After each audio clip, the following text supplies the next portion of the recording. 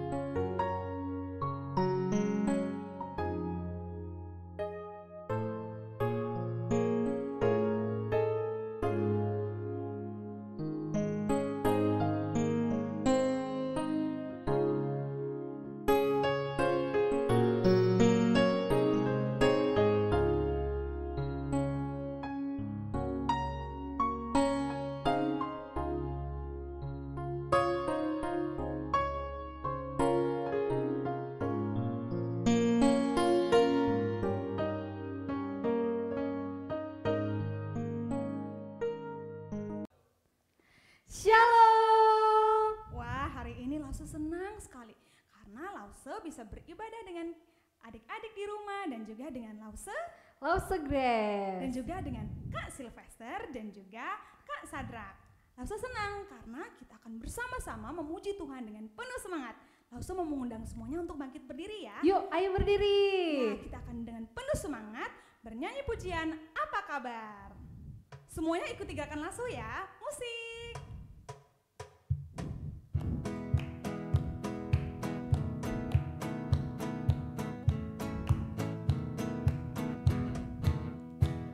Apa kabar? Mari bersalaman, tepuk tangan, puji nama Tuhan.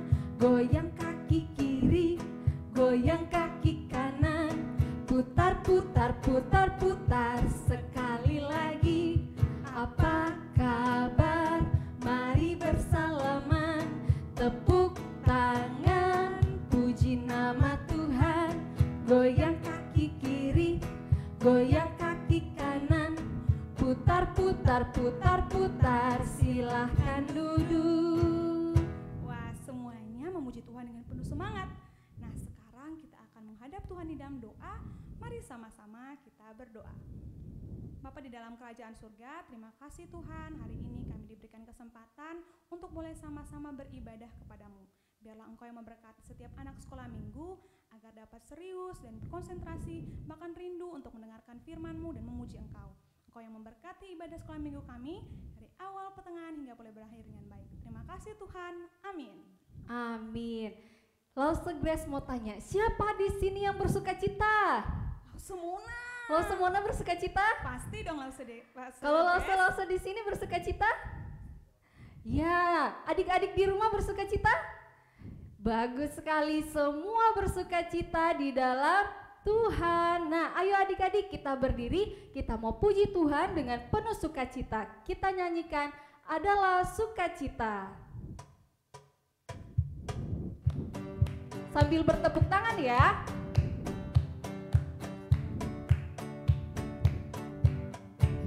Adalah sukacita di hatiku, di hatiku, di hatiku adalah sukacita di hatiku. Diberikan Tuhanku, aku bersyukur, bersukacita. Kasih Tuhan diam di dalamku. Aku bersyukur, bersukacita. Kasih Tuhan diam di dalamku. Aduh, Lause masih kurang semangat. Kurang semangat Lause Grace. Masih ada yang diam-diam, kayaknya masih mengantuk deh Lause. Ayo Kita harus bangunkan bergerak ya. memuji Tuhan. Ayo Ya. semua bangun. Kita berdiri, kita bergerak, memuji Tuhan bersama-sama.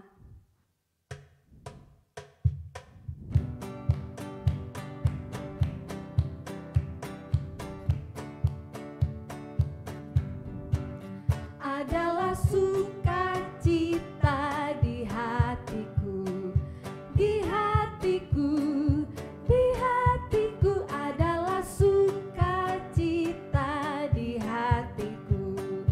Diberikan Tuhanku, aku bersyukur, bersukacita.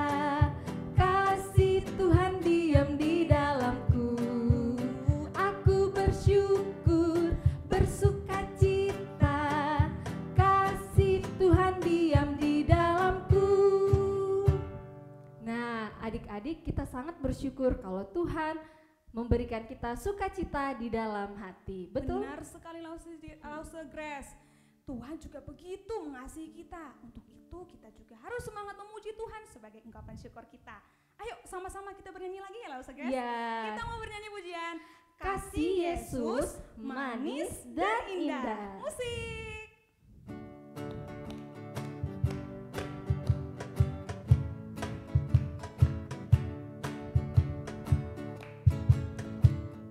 Kasih Yesus manis dan indah.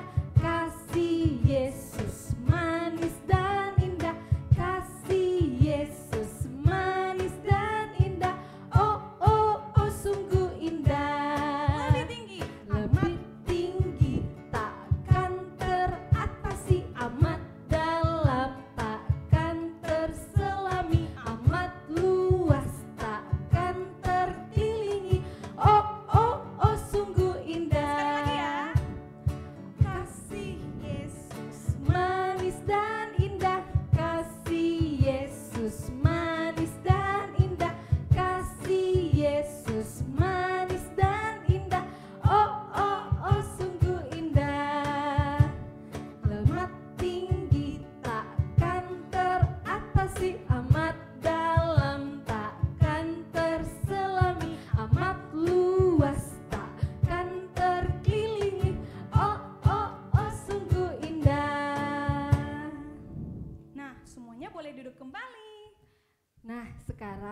sudah tiba saatnya untuk adik-adik memberikan persembahan.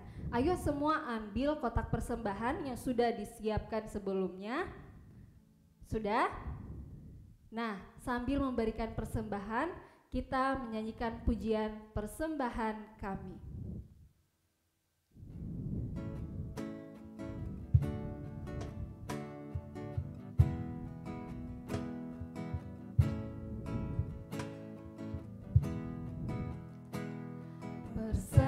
Persembahan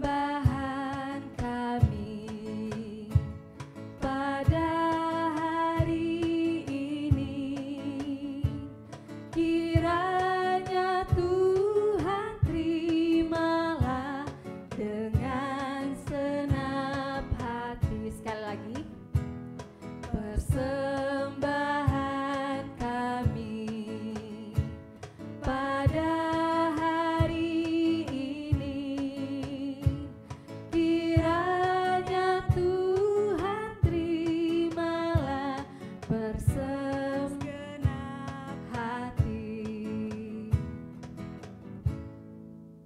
Mari kita berdoa.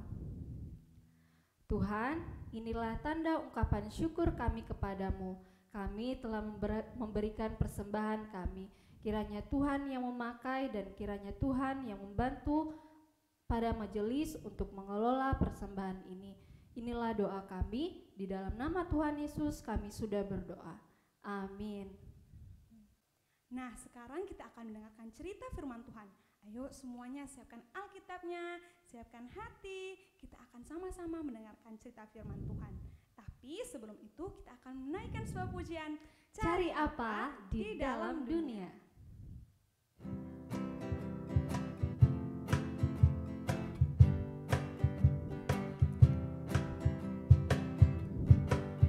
Cari apa di dalam dunia? Cari apa di dalam dunia? Cari dunia tentu binasa. Cari Yesus yang penuh cinta. Cari apa di dalam dunia? Cari apa di dalam dunia? Cari dunia tentu binasa. Cari Yesus yang penuh cinta. Halo adik-adik yang dikasihi Tuhan. Nah, senang sekali kita boleh bersama-sama di dalam ibadah sekolah minggu Shema GKKA Jemaat Tarakan. Nah, adik-adik yang dikasihi Tuhan, sebelum kita mendengarkan firman Tuhan, kita akan berdoa terlebih dahulu ya. Ayo kita siapkan hati dan pikiran kita akan berdoa. Mari kita berdoa. Bapa di surga, terima kasih karena pertolongan yang telah Tuhan berikan menghantar kami untuk memuji-muji nama Tuhan, mengingat kebesaran keagungan Tuhan. Dan hari ini kami juga diberi kesempatan untuk mendengarkan firman Tuhan. Tolong Tuhan supaya firman-Mu ini juga boleh berkuasa di dalam diri kami, mengubahkan hati kami dan menolong kami dengan pengharapan dan janji dari firman-Mu. Kami bersyukur, kami serahkan dari uraian firman-Mu, cerita firman Tuhan dari awal hingga akhirnya. Di dalam nama Tuhan kami Yesus Kristus kami berdoa. Amin. Sungguh sangat menyenangkan kalau kita memikirkan atau mengingat hal-hal yang menyenangkan. Rekreasi, memancing, berenang, tidak ada habisnya. Tetapi hari ini adik-adik dengan juga tidak mengurangi sukacita, kakak mengajak kita untuk mengingat hal-hal apa sih yang selama ini yang menjadi kesulitan kita. Kira-kira kesulitan apa yang pernah kalian alami? Oh ya, ada beberapa anak yang mengingat, aku pernah dibully kak, aku pernah diejek. Iya, gak enak ya, karena apa? Oh siapa sih kok suka diejek? Kan kita semua juga gak suka diejek. Ada juga yang ingat, aku ingat pertengkaran yang aku lihat, aku jadi sedih, aku jadi tidak tidak memiliki keberanian lagi. Karena apa? Karena aku melihat orang yang suka bentak-bentak. Aduh, ya itu cukup menyedihkan, cukup menyulitkan. Ya betul. Ada juga dari antara kita yang pernah ingat, aduh aku pernah ingat tuh waktu itu sakit cacar. Wah, banyak yang kena cacar di sekolah tunas kasih. Aku juga salah satunya. Gak enak banget, badan gak enak. Oh iya benar. Adik-adik, kalian tidak pernah sendiri. Semua orang pernah mengalami kesulitan, termasuk kakak. Kakak juga pernah mengalami kesulitan. Ya, nah tetapi ada hal yang lain. Coba kalian ingat-ingat lagi. Pernah nggak kalian menghadapi kesulitan karena mengikut Yesus? Tidak pernah? Oh puji Tuhan. Tetapi bukan berarti kita tidak pernah menghadapi kesulitan loh ketika mengikuti Yesus. Ada anak-anak di luar sana yang mengalami kesulitan karena mengikut Yesus. Ketika mereka bercerita tentang Tuhan Yesus kepada teman mereka malah diejek. Ketika mereka menasehati teman-teman mereka dengan kebenaran firman Tuhan, mereka justru dimarahi. Ada juga dari antara mereka yang dipaksa untuk melakukan sesuatu yang tidak benar. Adik-adik, ada kalanya memang ketika kita mengikut Yesus, kita menghadapi kesulitan. Nah hari ini kita akan mencari tahu kesulitan dan penderitaan apa saja yang sedang dihadapi oleh Paulus dan rekan-rekannya. Ya, di dalam perjalanan misi yang mereka lakukan, mereka menghadapi kesulitan. Kemana saja mereka pergi, apa saja yang mereka hadapi dan bagaimana mereka melewati kesulitan itu. Ya, mari saya ajak semuanya untuk membuka firman Tuhan yang diambil dari kitab Kisah Para Rasul. Kita akan lihat kitab Kisah Para Rasul pasal 17 ayat 1 sampai dengan ayat yang ke-34. Wah, panjang sekali, tetapi kakak akan mengajak kita mempelajari bagian demi bagian. Kisah Para Rasul 17 ayat 1 sampai dengan 34. Coba disiapkan Alkitabnya, dibuka terlebih dahulu. Ada 3 kota, yaitu kota Tesalonika, Berea, dan Athena. Disitulah Paulus dan rekan-rekan pergi untuk memberitakan Injil di dalam misi perjalanan Paulus yang kedua. Tentu kalian ingat bukan cerita minggu lalu Paulus dan rekan-rekannya melayani di daerah mana? Ya, Tuhan memanggil mereka untuk melayani di daerah Makedonia. Dan mereka datang melayani di kota Filipi, di pusat kota Makedonia. Apa yang terjadi di sana? Kalian tentu masih ingat tentang kisah-kisah yang luar biasa. Pertobatan seorang pengusaha, yaitu yang bernama Lydia. Dan juga ada pertobatan seorang hamba perempuan. Dan juga ada pertobatan seorang kepala penjara. Tetapi hari ini kita pasti akan kembali kepada perjalanan berikutnya, adik-adik. Di dalam perjalanan berikutnya, Paulus dan Silas pergi ke kota Tesalonika. Kota Tesalonika ini kota yang sangat ramai.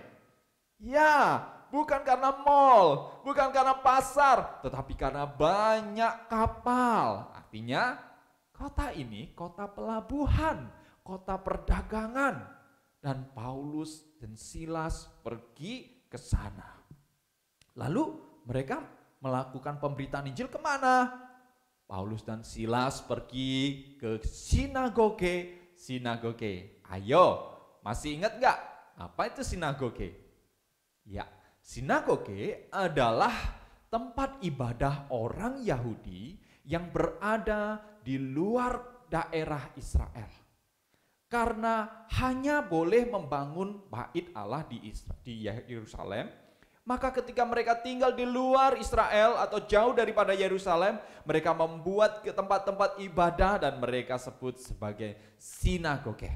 Di sana Paulus memberitakan Injil, memberitakan tentang Kristus Yesus sebagai Mesias yang dijanjikan kepada orang-orang yang telah menerima perjanjian Allah. Adik-adik yang dikasihi Tuhan, apa yang terjadi setelah Paulus mengajar? Ya, sebagian orang Yahudi percaya, puji Tuhan. Mereka percaya, mereka oh iya ya, ternyata ada urutan, ternyata ada sambung, yaitu kisah Mesias yang digenapi dalam diri Yesus dengan kisah atau dengan perjanjian Mesias yang telah Tuhan berikan kepada orang-orang Yahudi. Puji Tuhan, ada yang mau percaya. Tetapi ada juga orang-orang dari daerah Yunani yang tidak memiliki latar belakang perjanjian lama, tidak mengenal semuanya itu, luar biasa. Mereka juga percaya dengan pelajaran Paulus, puji Tuhan. Tetapi adik-adik yang dikasihi Tuhan, juga ada sebagian dari orang-orang Yahudi yang iri hati, marah kepada Paulus dan Silas, dan mereka tidak suka dengan mereka berdua. Apa yang mereka lakukan? Mereka membuat keributan dan mencoba menangkap Paulus dan Silas untuk disidangkan. Wah, itu situasi yang tidak mudah, situasi yang sangat sulit dan menakutkan. Tetapi Roh Kudus memimpin Yason dan anak-anak Tuhan yang lainnya untuk menyelamatkan Paulus dan Silas, bahkan menyembunyikan mereka dan membawa mereka keluar malam-malam, keluar dari kota Tesalonika. Ya, ada siapa? Ada Roh Kudus. Nah, adik-adik, pada perjalanan mereka keluar dari kota Tesalonika, mereka masuk dan menyusur ke satu daerah yang namanya Berea. Ya, luar biasa. Wah, di Berea sangat berbeda dengan di Tesalonika. Orang-orang Yahudi di Berea adalah orang-orang Yahudi yang dengan tulus hati mendengar firman, mendengar Injil yang disampaikan oleh Paulus. Wow, luar biasa bukan? Ya, tetapi mereka juga tidak begitu percaya. Mereka dengan keingintahuan mereka lalu apa? Menguji pengajaran Paulus dengan cara apa? Mereka juga menyelidiki firman Tuhan, mempelajari firman Tuhan setiap hari supaya mereka tahu, ini pengajaran Paulus ini benar enggak? Cocok enggak? Sesuai enggak dengan firman Tuhan? Perjalanan sepertinya indah. Pelayanan sepertinya luar biasa. Tetapi adik-adik, orang-orang Yahudi yang di Tesalonika begitu mendengar Paulus ada di Berea. Ngapain dia di sana? Mereka pergi dari Tesalonika ke Berea. Mereka menghasut orang-orang Yahudi di sana. Dan mereka membuat orang-orang Yahudi yang di Berea marah kepada Paulus. Adik-adik yang dikasihi Tuhan, mereka juga akhirnya orang-orang Yahudi yang di Berea juga melakukan hal yang sama dengan orang-orang yang di Tesalonika. Mereka marah kepada Paulus. Bagaimana cara Roh Kudus melindungi Paulus di Berea dan memimpinnya pergi dengan aman? Sama seperti di Tesalonika. Roh Kudus juga bekerja melalui orang-orang percaya untuk melindungi Paulus dan memimpin dia ke Athena. Adik-adik, perjalanan sekali lagi dilakukan oleh Paulus ke Athena. Yuk, mari kita ingat Athena. Oh, Athena adalah kota yang legendaris bukan? Kota yang luar biasa. Kota kalau kita mengingat Athena, di sana ada banyak apa? Ada banyak tokoh-tokoh dewa-dewa yang seringkali dikenal, dewa-dewa orang Yunani atau dewa-dewa yang lainnya. Adik-adik betul. Pada waktu Paulus masuk ke kota Athena, situasinya sangat berbeda daripada kota Tesalonika dan berbeda dengan kota Berea. Di Athena orang-orangnya adalah orang-orang yang sangat suka berpikir. Orangnya juga orang yang sangat suka memikirkan tentang Tuhan dan beribadah. Tapi sayang ya, mereka beribadah kepada dewa-dewa, kepada patung-patung.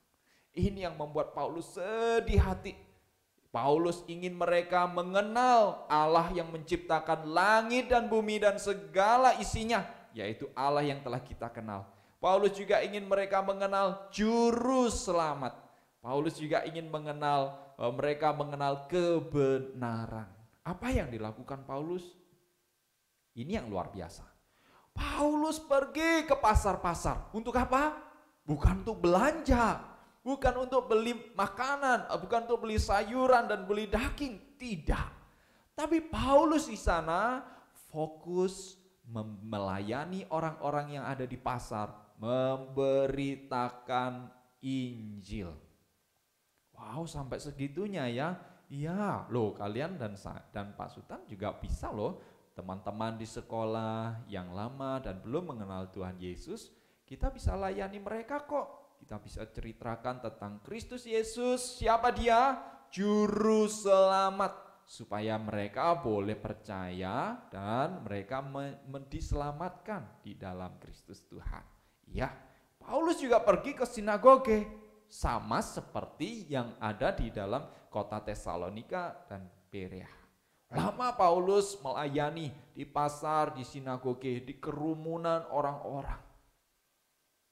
Sampai akhirnya ada orang-orang yang bertanggung jawab atas agama di kota itu melihat Paulus. Apa yang mereka lakukan? Mereka ingin mendengar, menguji pengajaran Paulus. Dan mereka mengajak Paulus untuk menceritakan atau mengajarkan apa yang menjadi pengajaran Paulus. Dibawalah mereka ke Areopagus. Ya, Areopagus adalah satu tempat di mana mereka yang suka berpikir, menguji atau berdiskusi, mendengar orang-orang baru memberikan pengajaran termasuk Paulus. Di sana Paulus mengatakan demikian. Hai orang-orang Athena, aku lihat bahwa kalian sangat beribadah kepada dewa-dewa. Sebab aku menjumpai sebuah mezbah dengan tulisan kepada Allah yang tidak dikenal. Ini menunjukkan bahwa kalian tidak mengenal Allah yang benar. Wah, penasaran dong jadinya. Tidak mengenal Allah yang benar. Lalu siapa dong itu semuanya? Patung-patung dewa-dewa yang begitu banyak. Ada nama-namanya. Kenapa kok kamu mengatakan aku tidak mengenal Allah yang benar? Mereka semakin penasaran dan semakin mendengar Paulus. Lalu Paulus melanjutkan dengan bagian ini. Namun aku mengenalnya dan aku dapat menceritakan tentang dia kepada kalian. Apa saja yang diceritakan Paulus? Pertama, ia adalah pencipta langit dan bumi. Ia telah mencipta dan memelihara kalian. Adik-adik yang dikasihi Tuhan, mereka membuat patung-patung dan termasuk patung kepada yang tidak dikenal atau Tuhan yang tidak dikenal. Tujuannya supaya apa? Karena mereka itu takut kalau terjadi bencana, mereka takut kalau mereka lupa, lalai memberikan persembahan kepada dewa-dewa. Makanya supaya tidak lalai, dewa mana yang belum dikasih persembahan? Mereka bikin mezbah dewa yang tidak dikenal. Disitulah maka mereka berharap mereka tidak mengalami musibah lagi. Tetapi Paulus katakan di dalam bagian ini bahwa ia adalah pencipta langit dan bumi. Ia telah mencipta dan memelihara kalian. Kalian tidak perlu takut lagi. Siapa? Mari kita akan lihat. Ia hidup di dalam hati umat pilihannya. Ia tidak tinggal dalam kuil buatan tangan manusia. Oh, siapa lagi ini?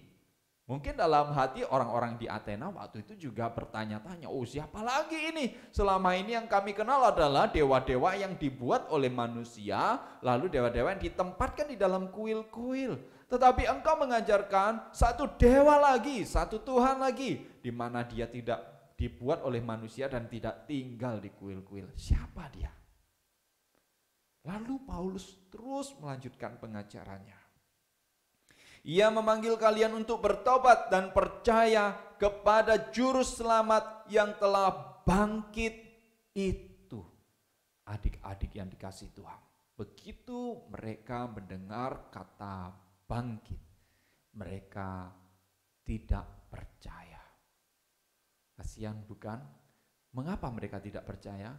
Karena mereka tidak mengerti kebenaran ada kehidupan setelah kematian. Begitu mereka mendengar Paulus mengatakan ada kehidupan setelah kematian, beberapa orang menolak Paulus, mereka mengejek Paulus. Tetapi beberapa orang akhirnya percaya kepada pemberitaan Paulus. Adik-adik yang dikasihi Tuhan, di Tesalonika dan di Berea, Paulus dan Silas diancam, dianiaya, bahkan mau dipenjarakan. Di kota Athena, Paulus diejek. Adik-adik, pernah gak kita memikirkan, bagaimana ya cara Paulus bisa tetap setia memberitakan Injil pada saat dia dianiaya, pada saat dia diejek?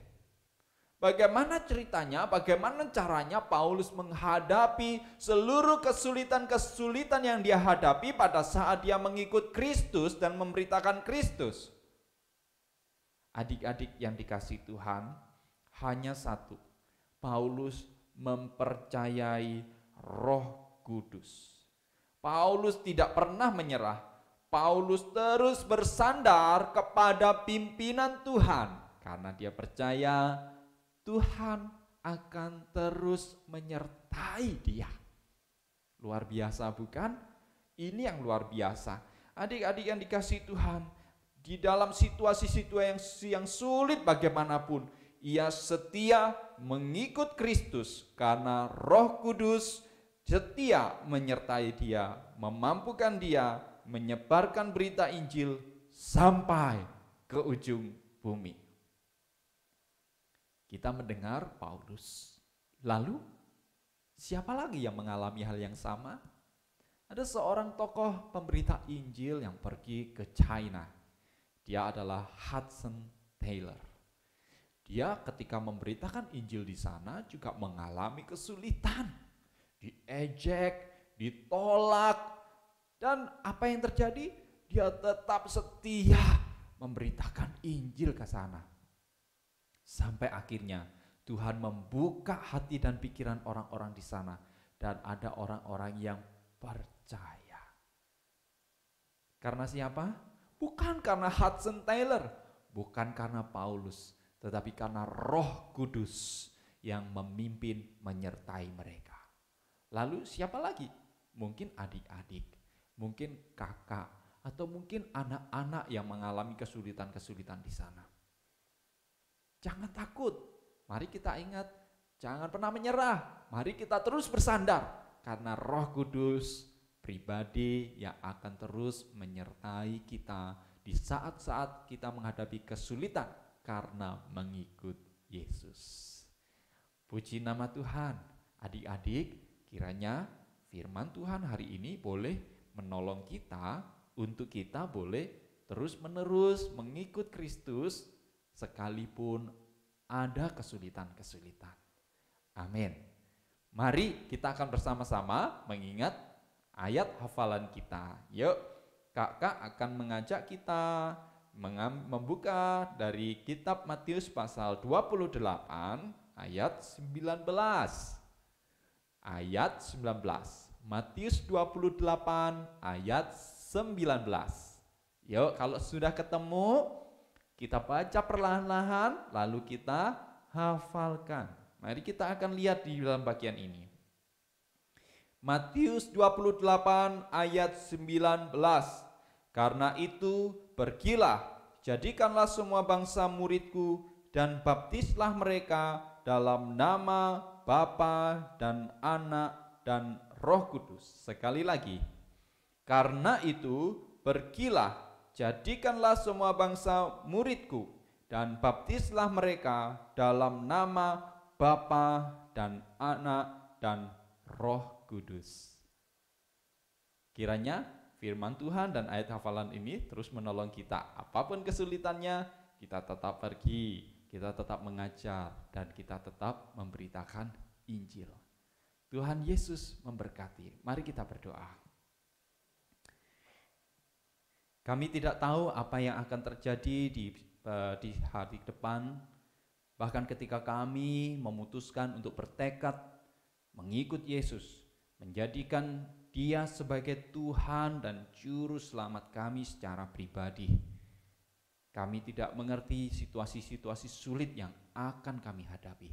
Tetapi kami percaya Tuhan tidak akan pernah meninggalkan kami, sekalipun dalam situasi sulit sekalipun. Biarlah kami memiliki hati yang tidak pernah menyerah, terus bersandar kepada janji Tuhan. Terima kasih Tuhan telah memimpin kami selama kami percaya kepada Kristus Yesus.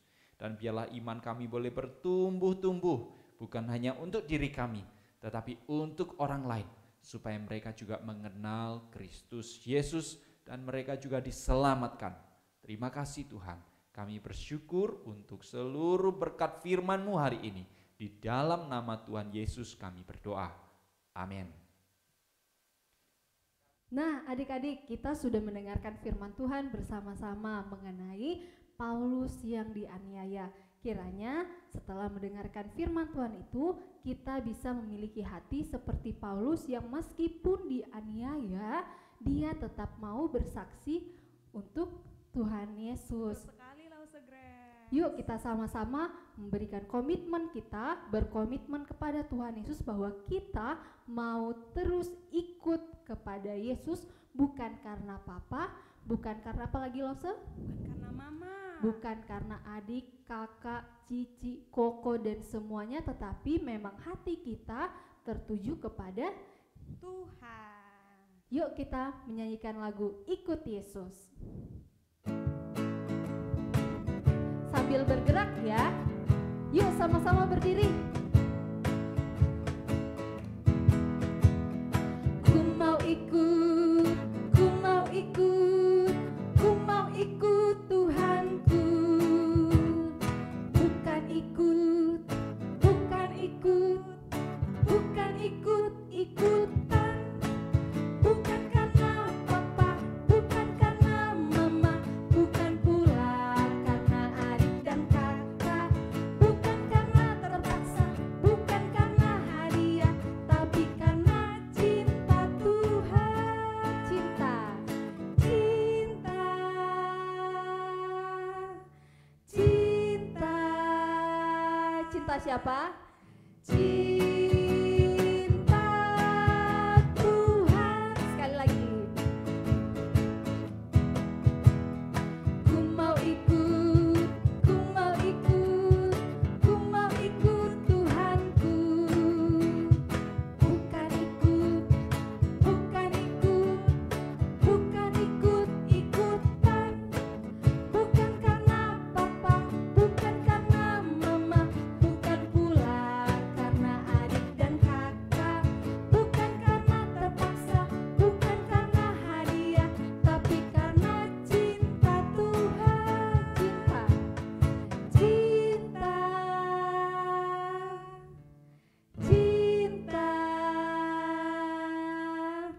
cinta Tuhan. Mari kita berdoa. Tuhan, ajar kami seperti Paulus yang meskipun disiksa, dianiaya, diolok-olok, tetapi dia tetap mau mengikut Tuhan, bahkan bersaksi untuk kebaikan Tuhan di dalam kehidupan kami. Terima kasih Tuhan untuk ibadah hari ini. Biarlah kami boleh menjadi anak-anak Tuhan yang senantiasa memancarkan karakter Kristus di dalam kehidupan kami. Tuhan, kami juga menyerahkan untuk kesehatan kami, biarlah Tuhan yang menyertai sepanjang seminggu ke depan, dan juga kami mau berdoa untuk orang tua kami, biarlah mereka boleh mendidik kami dengan sepenuh hati dan dengan penuh kebijaksanaan. Tuhan, inilah doa kami, di dalam nama-Mu kami sudah berdoa. Amin. Amin. Nah, sebelum kita mengakhiri sekolah minggu kita akan sama-sama mendengarkan pengumuman. Nah, minggu depan ada sesuatu yang spesial loh. Ya kan, Lause Grace? Betul sekali, Lause. Minggu depan kita akan sama-sama merayakan ulang tahun sekolah minggu SMA. Nah, ini akan sangat menarik adik-adik. Jadi kalian wajib ya untuk bersama-sama mengikuti ibadah itu. Nah, untuk pengumuman berikutnya mengenai waktu akan diinformasikan oleh Lause di masing-masing WA grup orang tua ya. Oke, kita akan mengakhiri sekolah minggu kita. Semuanya bilang God bless you ya. Ya. 1, 2, 3. God bless you. Sampai bertemu minggu depan. Dadah.